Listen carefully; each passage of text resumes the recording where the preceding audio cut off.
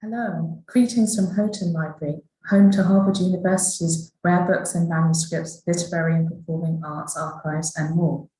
My name is Anne-Marie Eze, and I'm head of collections and programs here at the library, and it's my pleasure to welcome you to the Spring 2022 Hofer Lecture. The lecture is presented today through a collaboration of various centres at Harvard, and I'd like to thank the co-sponsors. These include the Belfer Center for Science and International Affairs, the Davis Center for Russian and Eurasian Studies, the Minda de Gunzburg Center for European Studies, the Nieman Foundation for Journalism at Harvard, the Ukrainian Research Institute at Harvard University, and the Weatherhead Center for International Affairs, also at Harvard University.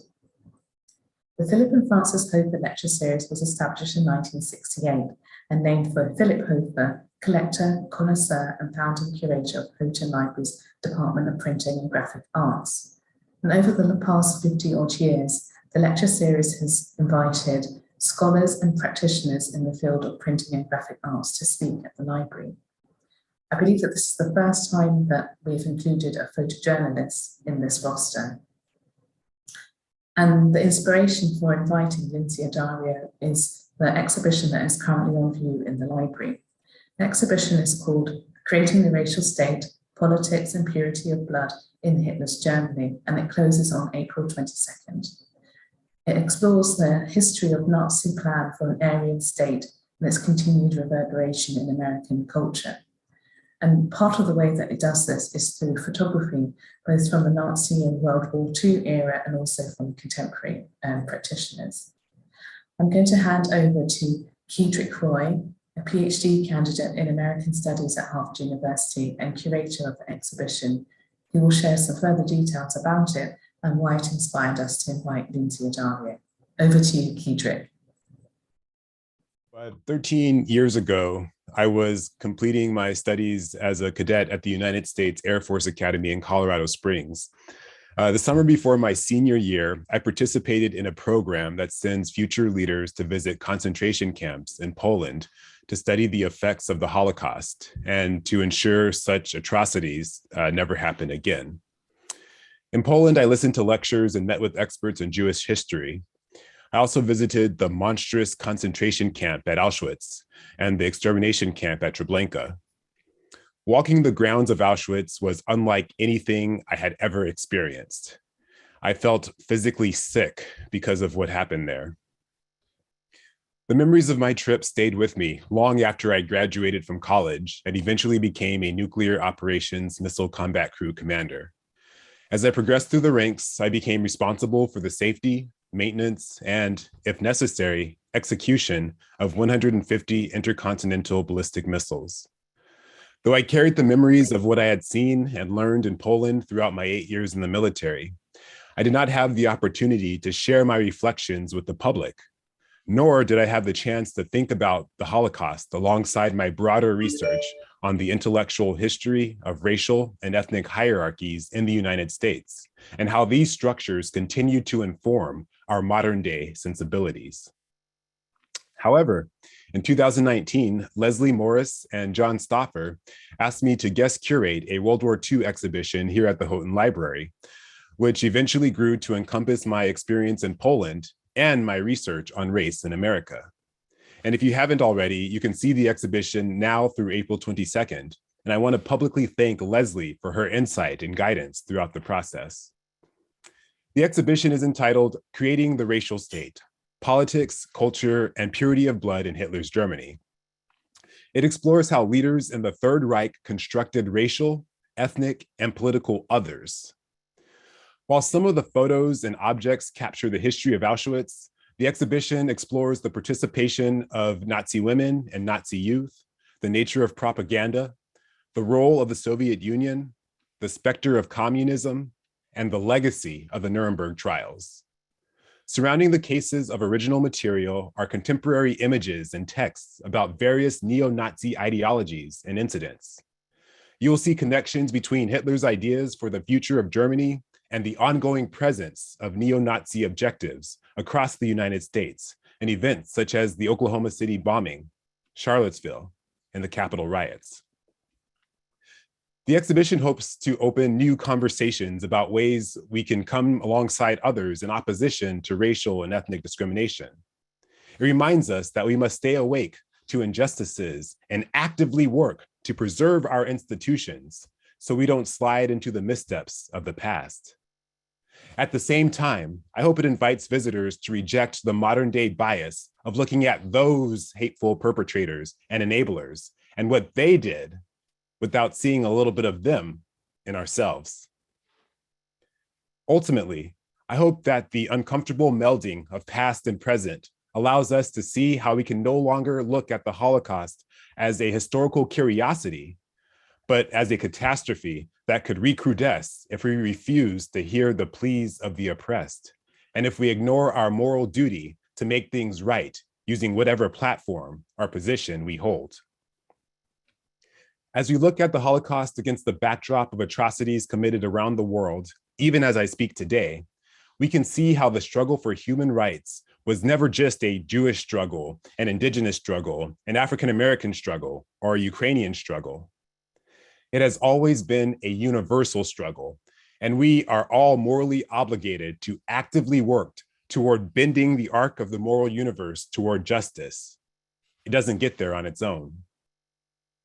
So with this sentiment in mind, I salute today's keynote speaker, Lynsey Addario. Her courageous wartime photojournalism and her commitment to exposing truth through her camera lens make her an active participant in the quest for global justice. However, she describes her role much more humbly as, quote, using photography to get people to care about the subject and the situation. In this way, Lindsay is part of the long tradition of truth-telling photographers and journalists that went before her, some of whose work is featured in the Houghton exhibition. For now, I want to introduce my colleague, Leslie Morris, the Gore Vidal Curator of Modern Books and Manuscripts, who will formally introduce today's speaker. Thank you, Kedrick. Now, before I introduce Ms. Adario, just a few notes about the procedure for today. Following her talk, John Stauffer, the Cates Professor of English and of African and African American Studies here at Harvard, will open the Q&A with about 10 minutes worth of questions. He'll then open it up to questions from the audience. So please do put your questions into the Q&A on the webinar so that Professor Stauffer will be able to see them. But now to our main event. I'm honored to introduce photojournalist Lynsey Addario today. If you've read her best-selling memoir, It's What I Do, A Photographer's Life of Love and War, her life seems like a screenplay for an action-adventure film. Her work has taken her to more than 70 countries around the world. She's been kidnapped twice in Iraq and Libya. She survived an ambush by the Taliban during 2 months on an embed with the 173rd Airborne. She's risked her life covering conflicts throughout the Middle East, South Asia, and Africa. But her work is not only the of-the-moment news coverage of soldiers in battle, but more importantly documents the impact of war on civilians, particularly women and children. She's created iconic images. A boy bloody from shrapnel from an American bomb dropped in Iraq. Congolese women kidnapped and kept as sex slaves with their children born of their rape. Children with a teddy bear, faces pressed against a train window as they're evacuated from Kyiv. Adario shared the 2009 Pulitzer Prize for International Reporting, awarded to the New York Times for its coverage of Afghanistan and Pakistan. That same year, she was awarded a MacArthur Fellowship for her depiction of the realities of war and of the lives of women in male-dominated societies. Her 2018 book, Of Love and War, is a collection of over 200 of her photographs that capture the devastation of human conflict. You have undoubtedly seen her images recently on the front page of the New York Times of a family killed trying to cross to safety at the bridge at Irpin. and surrogate babies being cared for in a Kyiv basement. She's speaking to us today from Ukraine, where she's on assignment. Lynsey Addario, thank you so much for joining us here today. Thank you so much for such a lovely introduction. I'll say in advance, if my connection goes out, I'll sign back in, but it's a bit spotty. I will share my screen. Oh, it's not showing up. Hang on.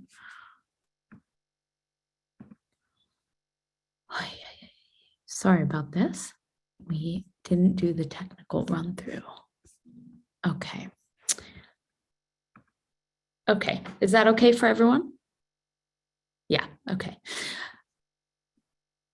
Everyone asks me why I decided to be a war photographer, and I always start with this photograph because I grew up in Connecticut in the 70s. I was raised by hairdressers in Westport, Connecticut, and there was absolutely no inkling of me ever becoming a war photographer. But I was the youngest of 4 sisters.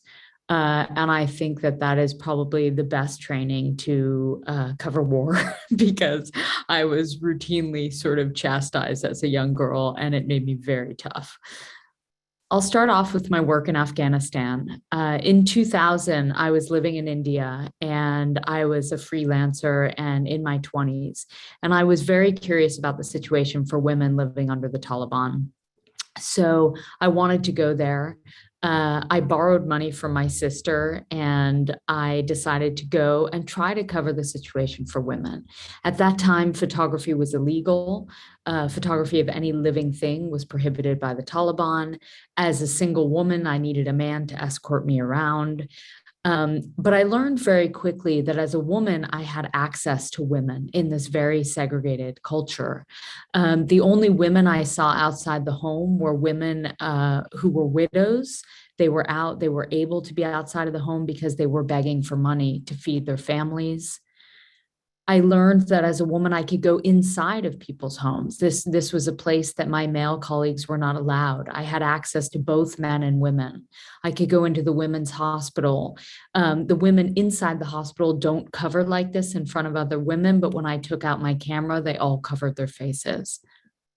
And secret girls' schools. This was fascinating because very brave Afghan families opened up secret girls' schools in their homes when the Taliban prohibited girls from going to school. That's something we're seeing now. I don't know if schools are opening up now, private schools for high school girls, but we are seeing. But at that time, when girls were prohibited from being educated, many Afghan families created secret schools in their homes. This is me photographing in Helmand province. This is a very conservative province in Afghanistan. And so I don't always have to wear a burqa, but in this situation I did. And one thing I learned very early on in my career was that life, even in the most dismal places, does continue on. People, it's human nature to want entertainment, to laugh, to be together. And this was a situation where I was covering a drought in Afghanistan. Every form of entertainment was illegal under the Taliban. Music was illegal, television, mixing of non-blood relatives. And my driver said that he had to go early because his brother was getting married. I asked him to take me to the wedding, and as we walked through the silent streets of Herat, we descended down these cement steps, and the soundtrack for the Titanic was blasting, and people were dancing, and women were made up, and it was shocking to me. And I learned that everywhere I go, I have to look for these types of scenes, the scenes where life goes on, even when it's at its darkest. I went back to Afghanistan to cover the fall of the Taliban in 2001 after September 11th. And I've gone back almost every year since then for the past 20 years. In 2009 and 10, I photographed a story for National Geographic magazine on veiled rebellion. So women living, the progress that Afghan women had made since the fall of the Taliban. This is a young woman getting married. Young Afghan girls graduating from the School of Literature at Kabul University, and the boxing school, the boxing team in Kabul. I covered a lot of maternal mortality, about 10 years ago, I became interested in why so many women were dying in childbirth.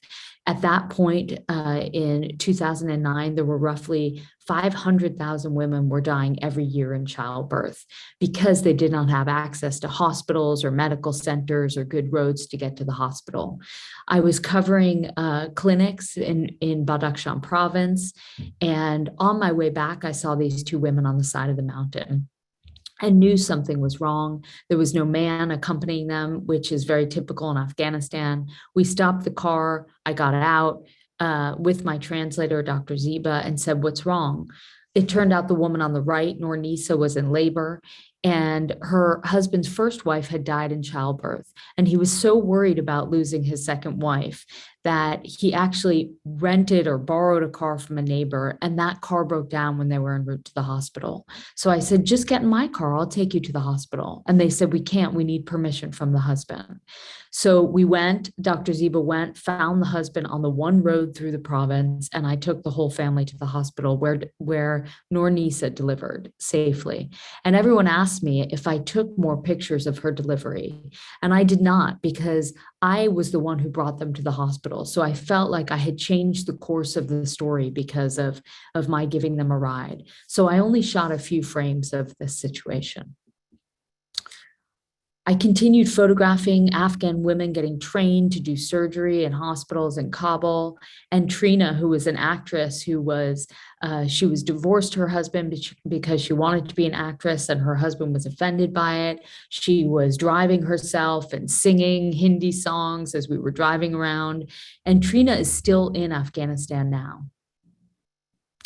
And Afghan women training to be police. These are all great strides that had been made since the Taliban had fallen in 2001. And of course, all of these gains have been taken away, or most. In 2003, I wanted to go to the war in Iraq. It seemed like sort of the war of my generation. I had no combat experience, so I opted to go in through the north, through Iran into northern Iraq, where many people thought there might be a humanitarian crisis. When I got there, there was a proxy war going on between Kurdish Peshmerga, backed by American Special Forces, fighting Al-Ansar. It was a group, a terrorist group linked to Al-Qaeda.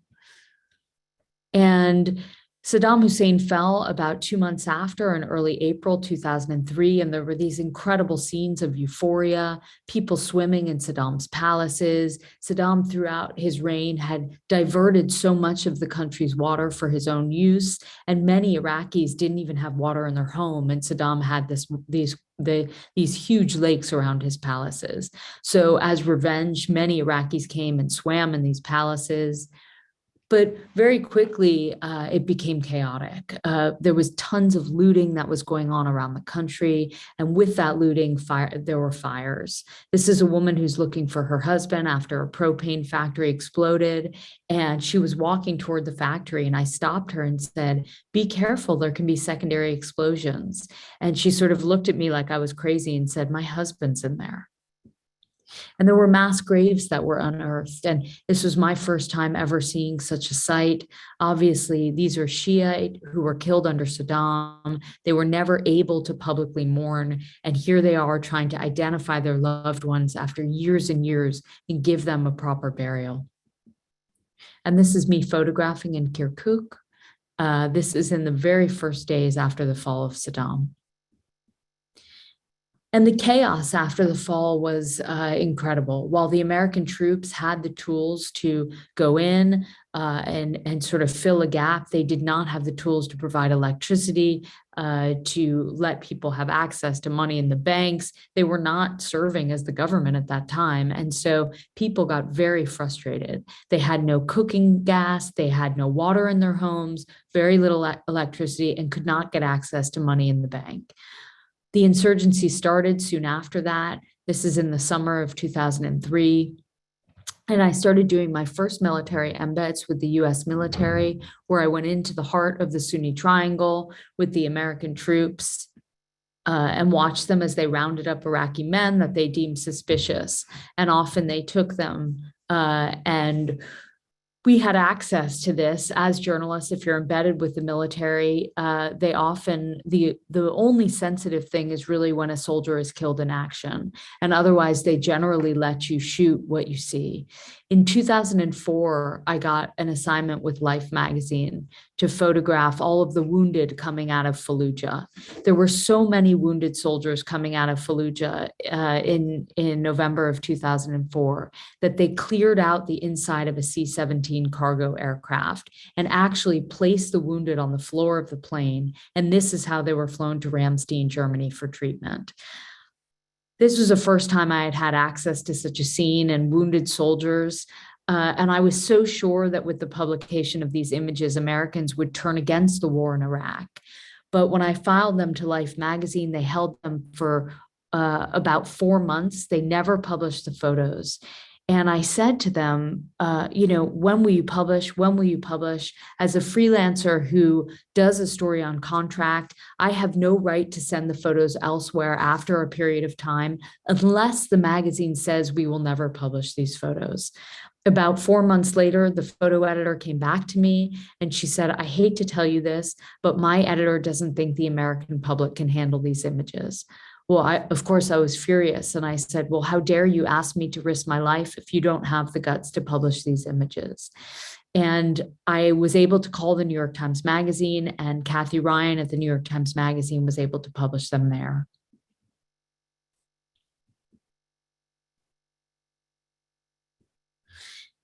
In 2004, I started covering the war in Darfur. It was very difficult to get access to the war. President Bashir in Sudan did not want journalists covering the war there. We had to walk in through neighboring Chad, walk through rivers, carry everything we needed on our backs, water, food. There was no electricity. And when we got there, we linked up with rebels with the Sudanese Liberation Army and spent 6 days traveling through the desert of Northwest Darfur, watching the horrors of the war. These are things that President Bashir did not want the public to see. Villages burned to the ground by the government and accompanied by Janjaweed who were backing the government. There were bodies in the desert, people fleeing for their lives, terrified, walking to neighboring Chad.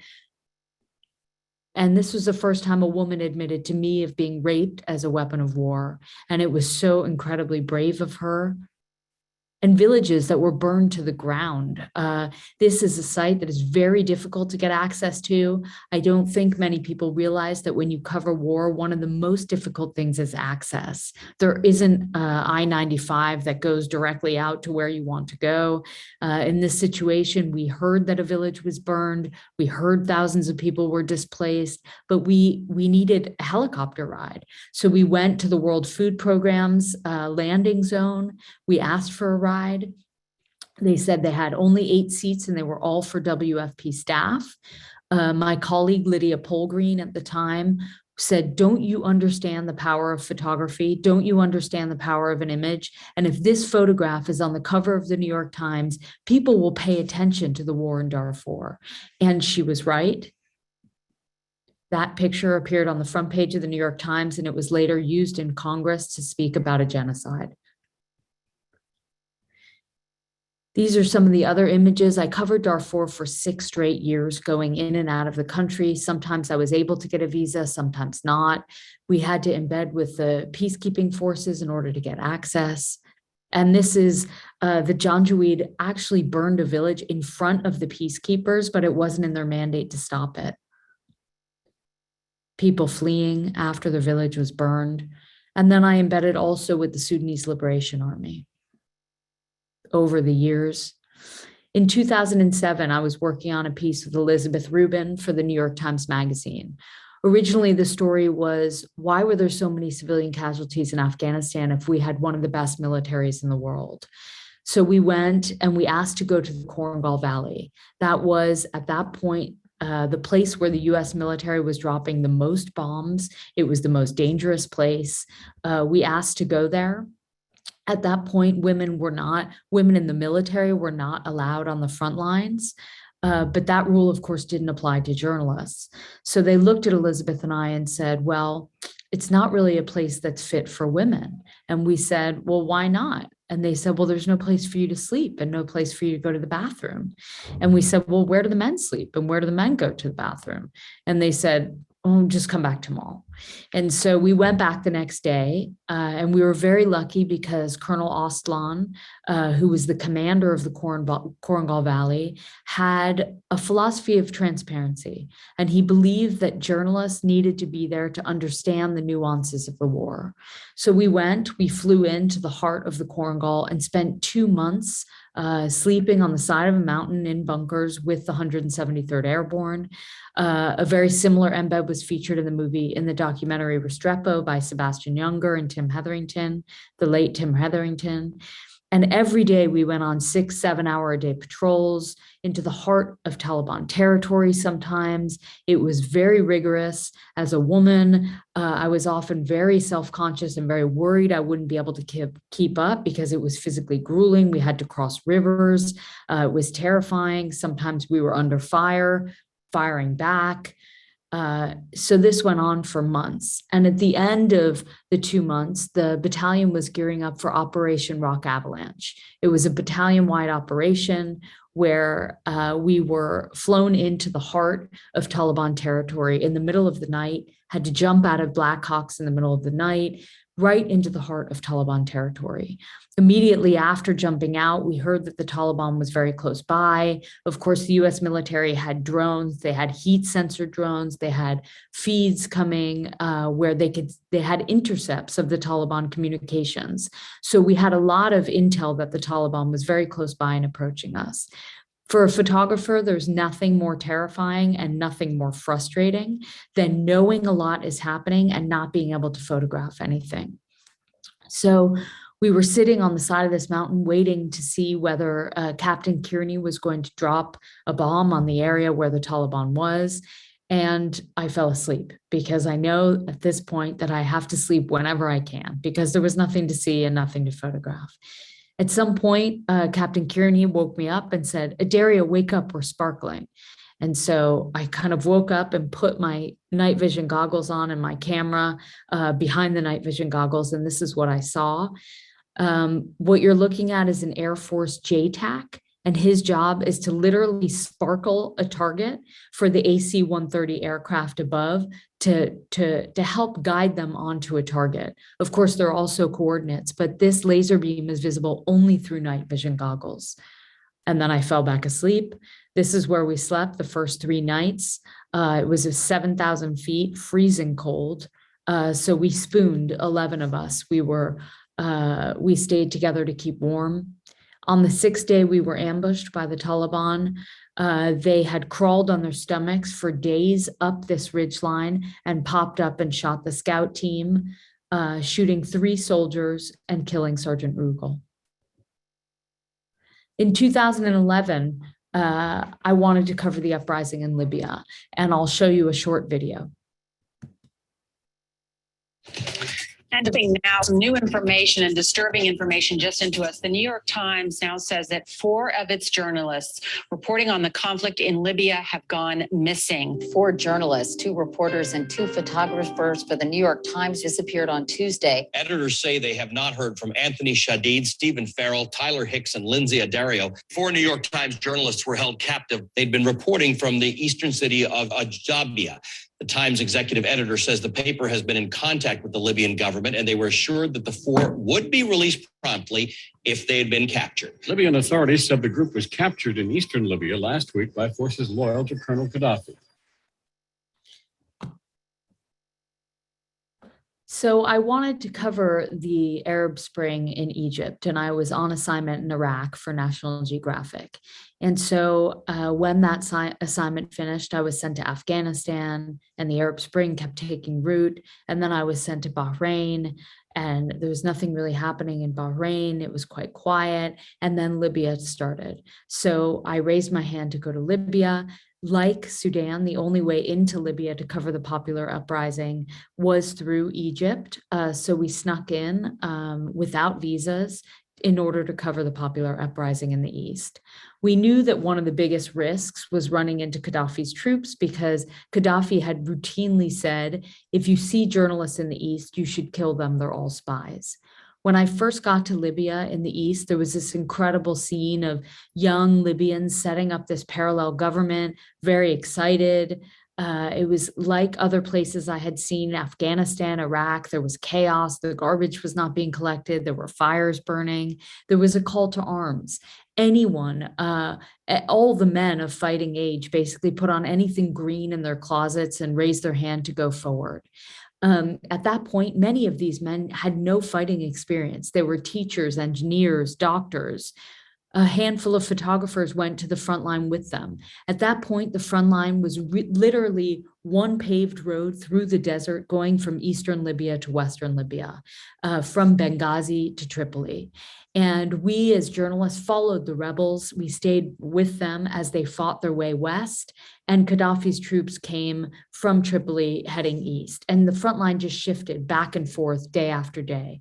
There was heavy combat for about 2 straight weeks. We were under fire, tank fire, helicopter gunships, sniper rounds. It was relentless. There were airstrikes. We would hear the hum of an aircraft and a bomb would land next to us. There was nowhere to hide because it was the desert. We routinely photographed wounded Libyans, dying Libyans. And on March 15th, 2011, I was working with Tyler Hicks, Anthony Shadid, and Stephen Farrell, and we were covering the fighting in the city of Ajdabiya. I was already exhausted at that point. I was ready to head out.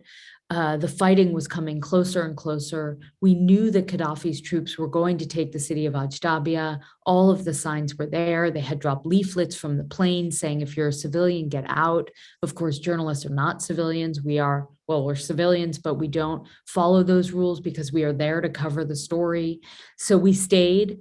We were covering the hospital, we were covering the front line, and we stayed too long. And as we headed back east in order to flee the fighting that got closer and closer, Gaddafi's troops had flanked the desert and cut the road in front of us, and we ran directly into one of Gaddafi's checkpoints. At that point, our driver, everyone was screaming something different. Don't stop the car, get out. Our driver panicked. He stopped the car and jumped out and said, we're journalists. All the men were ripped out of the car immediately. I can see them sort of struggling with Libyan soldiers. And at that time, the rebels that we had been with further east started opening fire further west started opening fire on that checkpoint. And we were caught literally in a wall of bullets. The car we were in was not armored. I knew I had to get out of the car. My male colleagues were already out of the car, but bullets were everywhere. I crawled across the back seat and jumped out to the right. And this is the exact place that we were taken hostage. I saw this building off to the right and knew I had to get behind it in order to stay alive, just in order to get cover from the bullets. So I made a run for it. And I joined up with my colleagues, Anthony, Steve, and Tyler, and we were all told to lie face down in the dirt. We had to give up our passports. They tied our hands behind our backs and our feet together, and each one of us was staring down into the barrel of a Kalashnikov and begging and pleading for our lives, saying, don't shoot, please don't shoot. At that moment, the commander came over and said, you can't kill them, they're American. Obviously, we don't know why he did that, but we were very relieved. In that moment, I didn't understand enough Arabic to know that's what was said, but Anthony Shadid later translated for us. They picked us up. We were tied up. They picked us up and placed us in vehicles back in the middle of the front line and sort of watched us wriggle for our lives, tied up, as bullets and bombs sort of rained around us. And they kept us on the front line for hours. We were only lucky we didn't get shot. And at that point, they moved us. And for the first 3 days, we were beaten up, tied up, threatened with execution repeatedly, thrown into prison, paraded in the back of a pickup truck, bound and blindfolded, 600 kilometers to Sirte, which was Gaddafi's stronghold. And eventually we were brought to a prison in Tripoli. And we were released after about a week. 2 weeks later, the New York Times sent a photographer to go look for our driver. We never saw our driver, Mohammed, again. And they thought maybe he had been put in prison at that time when we were taken hostage. And they went back to look for signs of him, for possibly his body if he had been killed. And the only thing they found was my sneaker on the side of the road. They had taken my shoelaces out to tie me up with, and my shoe was still there. This is me 7 months later, pregnant in Gaza. My husband, when I was released from Libya, he said, okay, you can keep working, but I want children. And so I said, okay. We got pregnant almost immediately after Libya, and I continued working. I was terrified by the prospect of sort of losing my identity and my life as a war photographer. I didn't really know any other women who had had children who were doing what I did. And so this is me in Gaza working at a prisoner exchange. And here are some more recent stories. This is for National Geographic in 2019 and 20. I covered women fighters around the world. National Geographic doesn't really have a tradition of covering war. So when I did this story for them, it was quite complicated to get approved. These are the US Marines in the US. So that was, I really wanted to show how the US Marines were at this point allowing women to go on the front line. This is from 2009. This is Jessie Russell, who was a Black Hawk pilot in Helmand province. Elizabeth Nosland. This is in Helmand province, a very dangerous province in Afghanistan. Very interesting because this is before the Pentagon had approved women on the front line, but because they were going as attachments to male infantry, there was sort of a loophole. So many of these women were going as female engagement teams to engage Afghan women. And so they were able to go on the front line, but because there was some loophole in the terminology. And these are US Marines training at Parris Island. And the ELN in Colombia, the rebel group. I was in the jungle with them for a week. And Kurdish fighters fighting ISIS. And so these women are some of the toughest women. They were sent into Baghouz, which was the last stronghold of ISIS in northern Syria. And it was incredible. These women were out there searching the family members, the wives and family members of ISIS fighters. And this is them the next day. And this is me running through sniper fire with my colleague in Baghouz. And some peacekeepers, Mongolian peacekeepers in South Sudan, Rwandans in South Sudan. And when COVID happened, it was the first time I had to work in my own town. I usually get on a plane and I go confront danger in a place that's far away.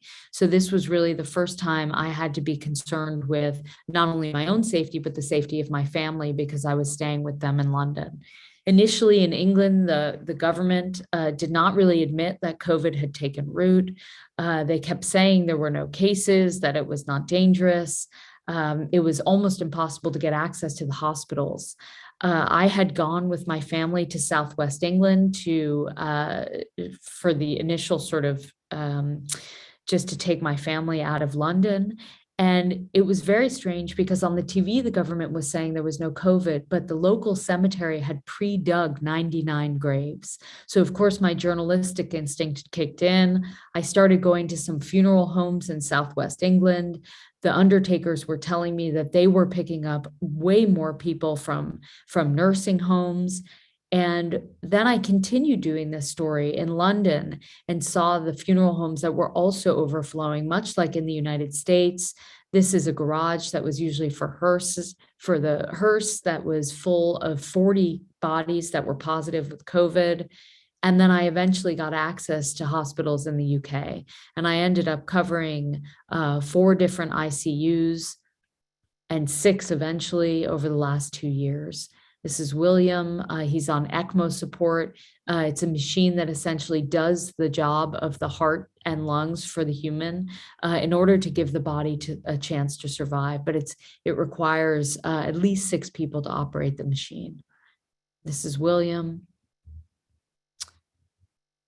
And these are some of those images from COVID in the UK over the last 2 years. This is John. He's a receptionist at the funeral home, and this is his mother in the coffin. He was on his lunch break and had to say goodbye to his own mother who died of COVID. Last year, National Geographic gave me a grant to photograph women in climate change. And this was really one of the first stories that I've done properly on climate change. And so this was one of the covers of the Year in Pictures for National Geographic. This is on the Caldor fire in Northern California. So I embedded with CAL FIRE and did 2 weeks with CAL FIRE covering fires, the Dixie and Caldor, focusing primarily on female firefighters. I like to photograph women doing jobs that are typically populated by men, much like my own. And then the floods in South Sudan. This is an area called Bor that hasn't seen this type of flooding in 6 decades. So really extraordinary. We had to walk waist deep in sewage and floods all through this village. It was very difficult to find a place to sleep that was even dry. People have no food. They're eating fish morning and night. They're staying in schools if they're high enough and dry. This is in a school that doubles up as a place where people are sleeping. Malaria, illnesses like malaria have become rife. And here are the community fishing for something to eat. And then the Amazon in Brazil, the toll of the Amazon, the logging and the fires. And she is a young female leader, indigenous leader, fighting the causes and effects of climate change. So this is from when the war in Ukraine started, or before the war in Ukraine started. The New York Times asked me that if there were to be a war in Ukraine, would you be interested in covering it? I haven't traditionally covered this region, but obviously I've had many years of war experience. And I said, sure. I was very nervous about covering a war up against the Russian military. And I wasn't really sure what to expect. But honestly, I didn't think there would be a war in Ukraine. So I said, sure. I got my military credentials, and in February, we were sort of monitoring the situation. And as President Putin amassed troops, over 100,000 troops on the border, finally, the New York Times called me on February 10th or 11th and said, okay, go. I went on the 14th of February and spent about 10 days working along the line of contact in eastern Ukraine, known as Donbass. And then the war started. And so I quickly went back to Kiev and have been covering the war in Kiev for the New York Times. This is the first, I literally drove up to Kiev at 3:30, ran to the site that I heard there was this explosion, and the curfew was only about an hour later at this point. On the second day of the war, we met Julia. She was a teacher. She was volunteering along with a handful of other women to fight against the Russian military. When I started speaking to her, she started crying. And I said, why are you crying? And she said, I'm scared. I'm scared for my country and I'm scared for my life. I said, have you ever held a gun? And she said, no, just a few days ago. And I said, well, why are you here? And she said, for my country. And we actually followed up with Julia about 3 weeks ago, and she's still working with the territorial defense. And this is in a bunker where there were a lot of military officials in territorial defense after an attack in Kiev, and people crossing out of Irpin en masse. These scenes were heartbreaking. There was heavy artillery and shelling coming out of Irpin and Bucha. And now we know why. We've seen the images coming out of there and people fleeing, and funerals for soldiers. And many fathers, men are not allowed to leave the country, men of fighting age. So many scenes of children and wives saying goodbye to their husbands and fathers as they headed east. I went into a maternity hospital where women were sheltering, women and their partners and their newborns were sheltering in the basement because the siren was relentless. And a basement shelter for 19 surrogate babies, babies born to surrogate whose parents could not come to Ukraine to claim them because of the war. And on March 6th, I was working at the bridge in Irpin. I had seen all of these images coming out of people fleeing for their lives. And I knew I had to go there, and we knew it was dangerous, but that I was told that the Russian military was not targeting civilians, that they were not targeting the bridge. And of course, that's what President Vladimir Putin had kept saying, that over and over, that he was not targeting civilians. I went very early in the morning to the bridge at Irpin. There were people, there was a steady flow of civilians coming across the bridge, but there was small arms fire and artillery fire very quickly started happening, and actually quite close to our position. The first round of artillery or mortar fire came in about 200 meters away. And I thought, they're not going to target civilians. Everyone knows this is an evacuation route. So we stayed kind of behind the wall across the street where you see in the background. And with every round, it got closer and closer to the civilians until it landed literally right between myself and this family, not very far at all. I was sprayed with gravel all over my neck, and this family lost their life. I was very surprised and very sort of grateful that the New York Times put this on the front page, because it really opened the discussion to the intentional targeting of civilians by the Russian military. I returned back to Ukraine 3 days ago, and this is on my way in. I stopped in a town that had recently been liberated, and there was a funeral for 6 people as I arrived. So this is on my drive from Lviv to Kiev. So one of these funerals. And yesterday I was working with American firefighters who have teamed up with Australian, German, and Ukrainian firefighters to help Ukrainian firefighters dig out the deceased they haven't even had time to dig out. So in order to help families have closure. A lot of these buildings were mined when the Russians left. So only now the deminers are getting access to these buildings because a lot of the fighting has subsided around Kiev. And this is Palm Sunday. This was our Easter Sunday in the West and Orthodox Palm Sunday. And that's it for my talk. So thank you very much. I'll stop sharing my screen if I can. I'm not sure how to get, here. Hey, dear Mom. Here's my grandmother. Happy birthday to you.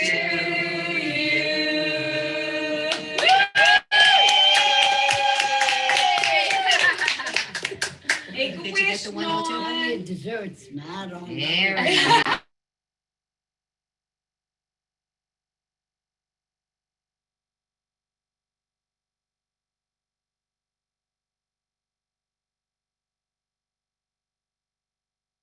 Unmute. Are you there? Oh, okay. Sorry.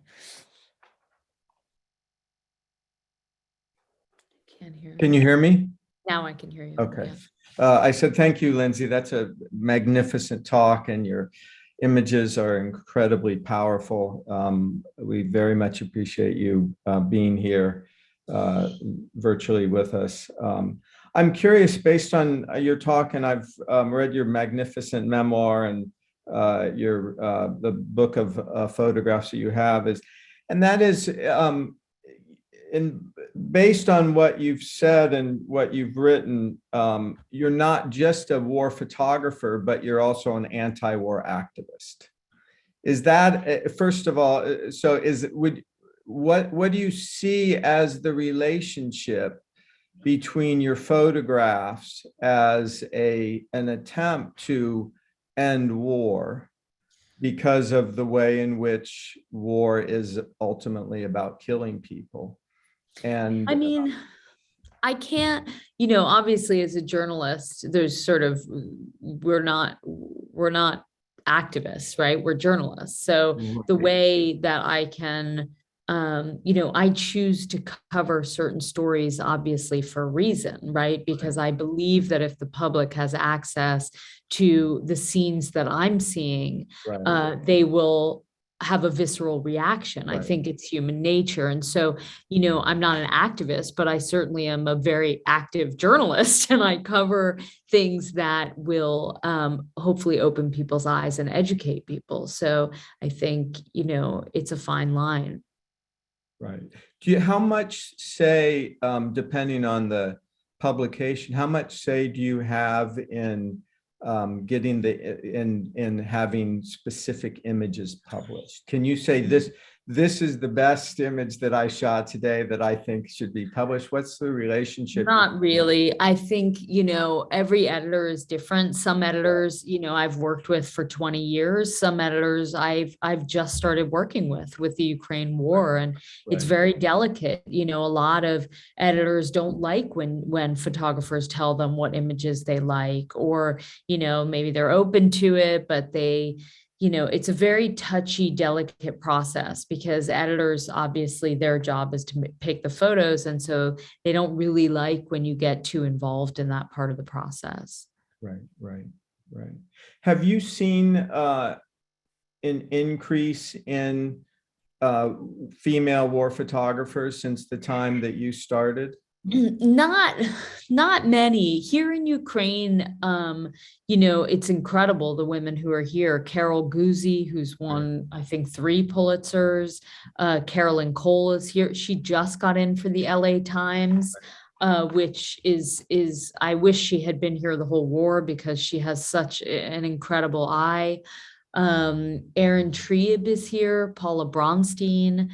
So there are, there are probably, I don't know, 5 to 10 women photographers, but I mean, the amount of men at the height, the first 6 weeks I was here, it was like everywhere I turned, there was a man. So I think it's like, for me, it's incredible that I say, wow, there are like 6 to 10 women photographers here, but it's like, I don't even know how many men there are. And then like the TV camera, they're mostly men, the TV cameramen. So it's interesting. Yeah, I have not seen a big increase in the amount of women covering war. That's unfortunate. Agree.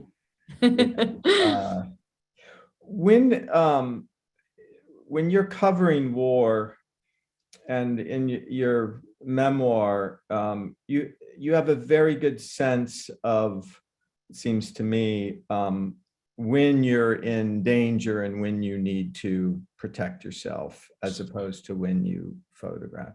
Is that something that would you say is instinctive? Have you acquired it over time of covering war? Are there certain people that you like to travel with on a regular basis because you know them, and so you see yourself as part of a team?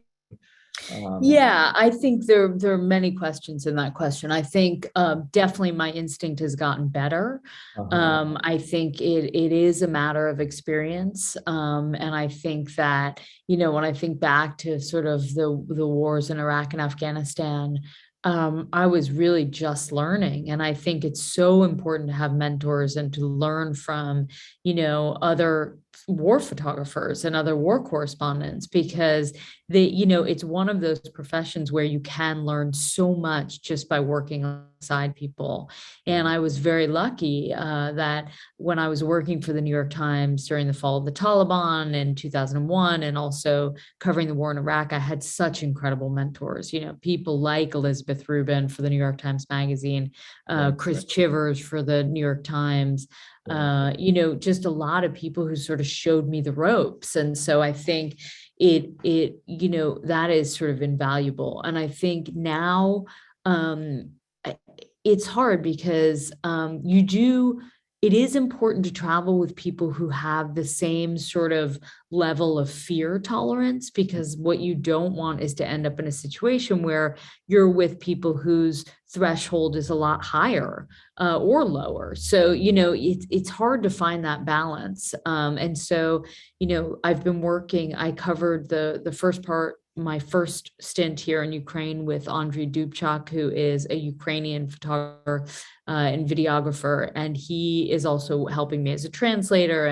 And he's amazing because we have very similar instinct, and he's got a lot of experience in Eastern Ukraine. And so it's very important for me to have that relationship, because I don't want to end up with someone who's just happy to sort of walk through like, a storm of artillery. I mean, it's scary, and so there's got to be some.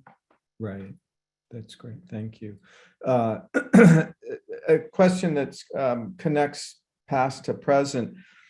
A number of scholars in multiple fields have argued that a major reason for ending the Vietnam War was because of some of the photographs by canonical images, the Eddie Adams photograph of execution, the Nick Ut photograph of napalm, the My Lai massacre photographs. Do you believe or think that war photographers today can also have that kind of influence, or are photographers, does the State Department and the War Department, are they more aware of the power of a photograph or a photograph so that they try to control what's being disseminated more so? I mean, I wouldn't be here risking my life if I didn't believe in the power of photography, right? I think that it does have the power to change the course of, a war, or at least the policymakers, influence their decisions. And so I think it's very important to, a lot of the images, look at the images out of Bucha, I mean, these are war crimes. And so I think you are seeing an outrage, in the international community. There is a fine line, obviously the sanctions are not really working, they're working to some extent, but it's not stopping the war. And so I think, yes, I do think the US government and other governments have learned from Vietnam. I know that when I was, all the years I covered Iraq and Afghanistan, we were not able to photograph an American soldier dying. I mean, that the censorship was extraordinary. And so, finally, I think it was Obama, Gates was the defense secretary. I had to cover him in Afghanistan one day, and I was talking to one of his advisors, and I said, can you just ask him why we're not allowed to photograph the coffins coming back to the US? Like, how can you censor that? It's like the American public needs to see these coffins. And they said, well, you can photograph them from 200 feet away. And I'm like, what? That's exactly my point. Like, you cannot get emotion or the power of, the image if you're that far away. And so I think, obviously they learned from Vietnam, and you have to sign a waiver to embed with the US military, saying that if you photograph a KIA, a soldier killed in action, you need permission from the next of kin, or from you need permission from the next of kin and for the military to publish that photo. And so that's a huge hindrance. Yeah, that is. What is it like in Ukraine? Do you feel like you have more freedom, flexibility in Ukraine in terms of the dissemination of your images? I mean, I think things have changed a lot on the ground in Ukraine. I mean, first of all, taking the images is a lot harder because we have a lot more security restrictions now than we ever had 20 years ago. I think, we have security advisors assigned to us, and every single thing we do has to go up the chain, to all the editors at the Times. And, that's not just the New York Times, it's publications now around the country. And I think basically just the LA Times doesn't have any security restrictions. Like, they're just kind of doing what they want, but the rest of us do. And so it's very hard to get access to a lot of things because they're in dangerous areas, and so I think people are like, corporations are very risk averse now because so many journalists have been killed and kidnapped over the years. And so I think it's and then in terms of disseminating, I don't know. There are red lines that I don't understand. Some pictures are able to be published, some are not. You know, anytime we publish a picture of a body, it has to go through a whole, you know, the editors, the lawyers, people have to sign off on it.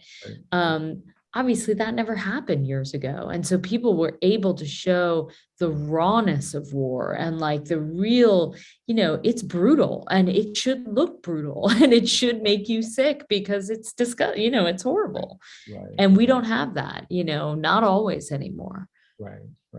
That's how when you're covering war, how many photographs do you shoot a day?